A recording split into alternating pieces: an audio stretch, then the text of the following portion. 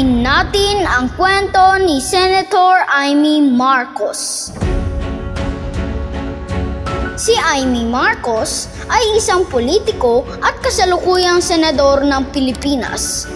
Ipinanganak siya noong Nobyembre 12, 1955 sa lungsod ng Manila bilang anak ni dating Pangulong Ferdinand Marcos at dating unang ginang na si Imelda Marcos.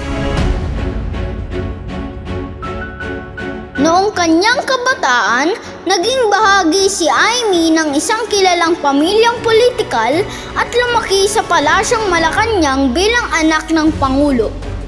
Pagkatapos ng pagdedeklara ng batas militar noong 1972, ang kanyang amang si Pangulong Marcos, siya ay dineklara bilang governor ng Northern Province na isang posisyon na hindi umiiral sa naturang panahon. Kinilala rin siya bilang isa sa mga pinakabatang gobernador sa kasaysayan ng bansa.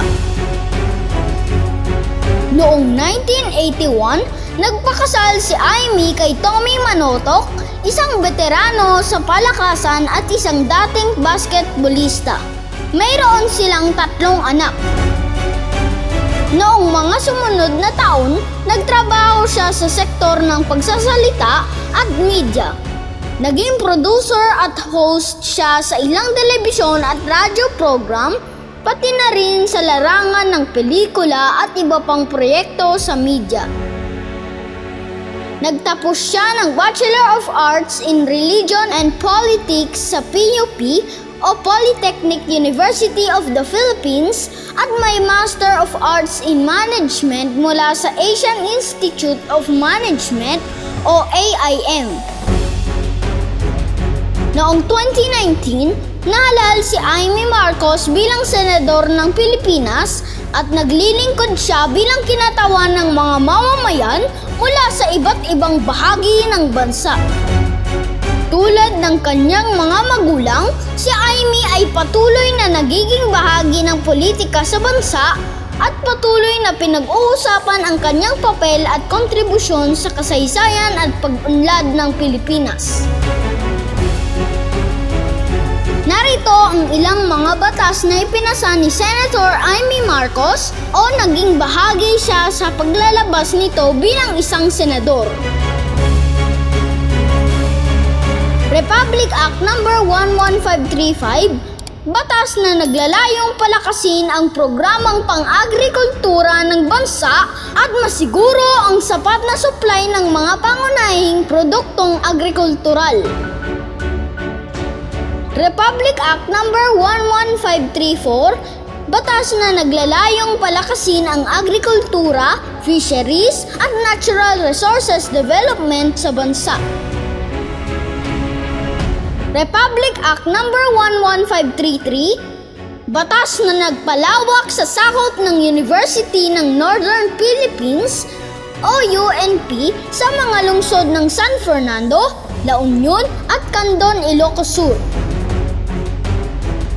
Republic Act No. 11531, batas na nagtatakda ng National Program for Coffee Development para sa pagpapalakas at pagpapalawak ng kahalagahan ng industriya ng kape sa Pilipinas. Republic Act No. 11510, batas na nagtataguyod ng Mobile Number Portability Act na nagbibigay daan sa mga mobile phone users na mapanatili ang kanilang numero kahit lumipat ng telecommunication service provider. Republic Act No. 11509, batas na nagtatakda ng Voters Education and Information Program Act na naglalayong palakasin ang edukasyon at impormasyon sa mga botante. Republic Act No. 11506, batas na nagtatakda ng One Hospital Command Center Act na layuning mapabuti ang koordinasyon at pagresponde sa mga health emergencies at disasters. Republic Act No. 11494, batas na kilala bilang Bayanihan to Recover as One Act o Bayanihan 2 na naglalayong tugunan ang mga pangangailangan ng bansa sa gitna ng COVID-19 pandemic. Pagsusulong ng mga batas at programa para sa mga senior citizens. Bilang isang senador, naging aktibo si Senator Amy Marcos sa pagsusulong ng mga batas at programa para sa mga senior citizens. Isa sa kanyang mga inisyatiba ay ang pagtataguyod ng National ID for Senior Citizens Act na layuning bigyan ng magaan at mas madaling proseso ng pagkuha ng Senior Citizen ID. Pagtulong sa mga sektor ng agrikultura at pangingisda. Naging aktibo si Senator Amy sa pagsusulong ng mga programa para sa mga magsasaka at mangingisda. Kasama dito ang pagtulong sa pag-unlad ng mga proyekto para sa modernisasyon ng agrikultura, pagsusulong ng mga training at pautang para sa mga magsasaka, at iba pang mga inisyatiba para sa sektor ng agrikultura. Pagtutok sa edukasyon.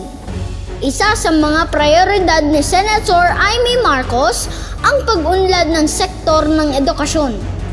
Siya ay nagsusulong ng mga programa para sa pagpapabuti ng kalidad ng edukasyon, pagbibigay ng suporta sa mga guro, at pagpapalawak ng mga scholarship para sa mga estudyante. Pagsusulong ng mga programa para sa kalusugan. Bilang chairman ng Senate Committee on Health and Demography, nakatuon ang atensyon ni Senator Amy sa pagsusulong ng mga programa para sa kalusugan ng mga Pilipino. Kasama dito ang pagtataguyod ng mga programa para sa mas mabilis at mas epektibong pagbabakuna, pagsusulong ng mga programang pangkalusugan sa mga komunidad at iba pang mga hakbang para sa pangangalaga sa kalusugan. Pagsusulong ng mga programa para sa mga kababaihan. Si Senator Amy ay kilalang advocate para sa mga karapatan at kapakanan ng mga kababaihan. Siya ay nagsusulong ng mga batas at programa para sa pagpapalakas ng mga kababaihan, pagsuporta sa mga single mothers, at pagtulong sa pag-unlad ng mga livelihood projects para sa mga kababaihan. At ito ang ilan lamang sa mga nagawa ni Senator Amy Marcos, ang pambansang ate ng Pilipinas. Please follow our Facebook page and subscribe to our YouTube channel. Thank you. God bless.